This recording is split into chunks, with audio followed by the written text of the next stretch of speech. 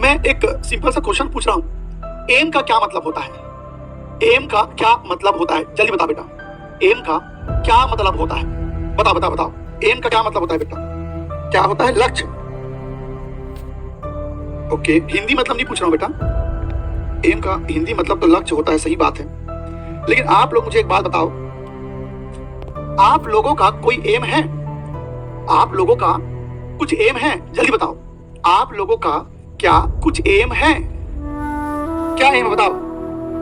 एक बच्चा बोल रहा निशाना। कौन है ये? एक बच्चा बोल रहा है निशाना। वेरी गुड बेटा, वेरी गुड वेरी गुड।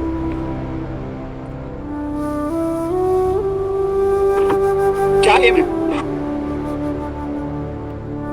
बोलो बेटा, क्या एम है? ओके ओके ओके, देखो एक बात मैं आपको क्लियर कर दूं, एक बात मैं आपको क्लियर कर दूं। 15-16 साल का जब किसी बच्चे का उम्र होता है, 15-16 साल का ये जो उम्र होता है, इस उम्र में एम निर्धारित करना इतना आसान नहीं होता। इस उम्र में एम निर्धारित करना आसान नहीं होता। दरअसल एम का मतलब ही लोग नहीं जानते। एम का मतलब ही लोग नहीं जानते। उनको लगता है कि हम जो बनना चाहते हैं वही एम है। पर क्या हम जो बनना चाहते हैं हम वो बन पाते हैं? हम जो बनना चाहते हैं क्या हम वो बन पाते हैं? आप यकीन कीजिए, तकरीबन मुझे लगता है कि 15 से 20% बच्चे जो 15 से 16 साल के उम्र में एम बनाते हैं, केवल 15 से 20% बच्चे ही अपने एम तक पहुंच पाते हैं, अपने एम तक पहुंच पाते हैं। बाकी बच्चे जो एम बनाए होते हैं वो अपने एम तक नहीं पहुंच पाते। मेरे साथ भी बहुत सारे बच्चों ने, जब हम लोग क्लास 12th में थे, सब ने एक से एक, होता ना हमारे टाइम पे ना बेटा, एक स्लैम बुक हुआ करता था। जब 12वीं पढ़ के निकले ना, तो हम लोगों ने एक डायरी, एक स्लैम बुक होता है, डायरी जैसा रहता है, सबके डायरी में हम लोगों ने उस व्यक्ति के बारे में कुछ लिखा। मैंने अपना डायरी दिया तो सब लोगों ने उस डायरी में अपने अपने बारे में लिखा कि मैं क्या बनना चाहता हूँ, क्या बनना चाहता हूँ, क्या बनना चाहता हूँ। कोई बोला डॉक्टर बनूंगा, इंजीनियर बनूंगा, ये बनूंगा। यकीन मानिए 15 से 20% लोग ही वो बने जो उन्होंने उस डायरी में लिखा था।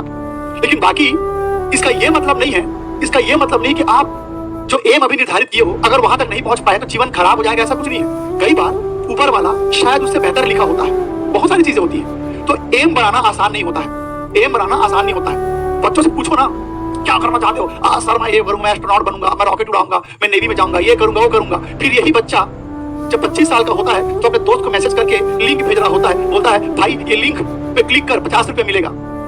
मुझे तो मिला है। ये होता है एम का सत्यानाश करना। पूछो बच्चे से क्या करना चाहता था? ये करूंगा, वो करूंगा, ये करूंगा, ये कर दूंगा। और फिर 25 साल की उम्र में वो अपने दोस्तों को लिंक भेज के 50 रुपए कमा रहा होता है। तो ऐसा तो स्थिति है हमारे देश में। तो कौन अपने लक्ष्य तक नहीं पहुंच पाता? कौन अपने लक्ष्य तक नहीं पहुंच पाता? ये बताता हूं। शायद अगर आपको समझ में आ जाए तो आप अपने लक्ष्य को ज्यादा आसानी से हासिल कर पाओगे।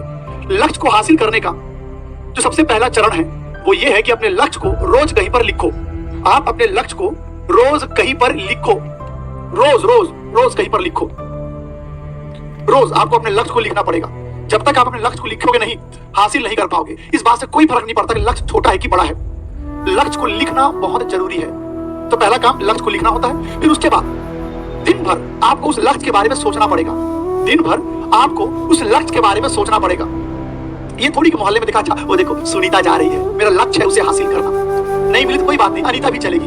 वो नहीं मिलेगी तो सरिता भी चलेगी। ऐसा नहीं है। जिसको आपने चाहा है उसी को अगर आपको पाना है तो उसके बारे में आपको सोचना पड़ेगा। तो आपका जो लक्ष्य है उसको पन्ने पर लिख लो, पन्ने पर लिख लो।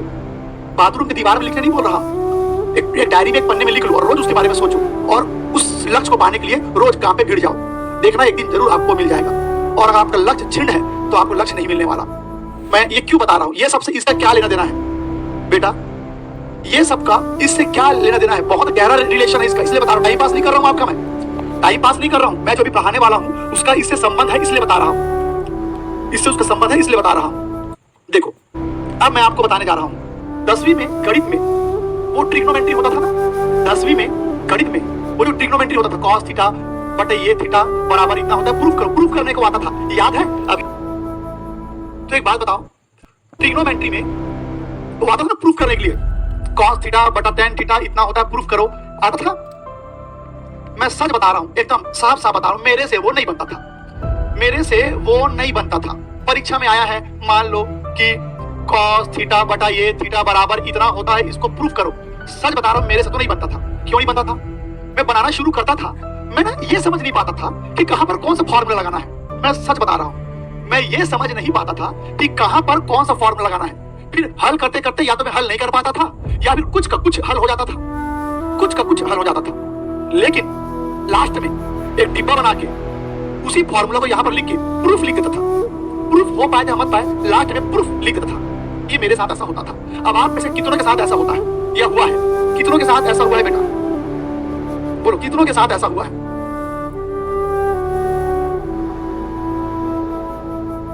क्या लिखा है बेटा? कर्ण भाटा लंबा। पर मैं सच बता रहा हूं, मैं कमजोर जरूर था, पर मैं जिस तरह से चीजों को देखता था, मुझे उस तरह से बताने वाला कोई नहीं था। आप यकीन नहीं करेंगे, मैं पहले भी ये बात बता चुका हूं बेटा, मैं पहले भी ये बात बता चुका हूं कि आज मैं जो कुछ भी पढ़ाता हूं, आज मैं जो कुछ पढ़ाता हूं, यकीन मानो उसमें से हिस्सा मैंने खुद से सीखा है। से 95% हिस्सा मैंने खुद से सीखा है, किसी टीचर से नहीं सीखा है। मैं आज जो कुछ पढ़ाता हूं, तकरीबन 95% हिस्सा मैंने खुद पढ़ पढ़ के, समझ समझ के, पढ़ाते पढ़ाते समझ समझ के सीखा है। मैंने किसी भी टीचर से नहीं सीखा है। ऑक्सीकरण संख्या निकालना, आयुपीएससी नामकरण करना, ऐसे 2-4 चीजें मैंने सीखी हैं। लॉग टेबल कैसे देखते हैं, ये सब 2-3 चीजें हैं जो मैं किसी और से सीखा हूं। बाकी जो कुछ आपको मैं पढ़ाता हूं वो मैंने खुद से ही सीखा है, पढ़ पढ़ के, समझ समझ के। अब क्योंकि पढ़ाई अच्छी नहीं थी मेरी, बहुत कमजोर थी मेरी पढ़ाई, इसलिए मैं समझ पाता हूं कि एक कमजोर बच्चा कहां पर फंसता है।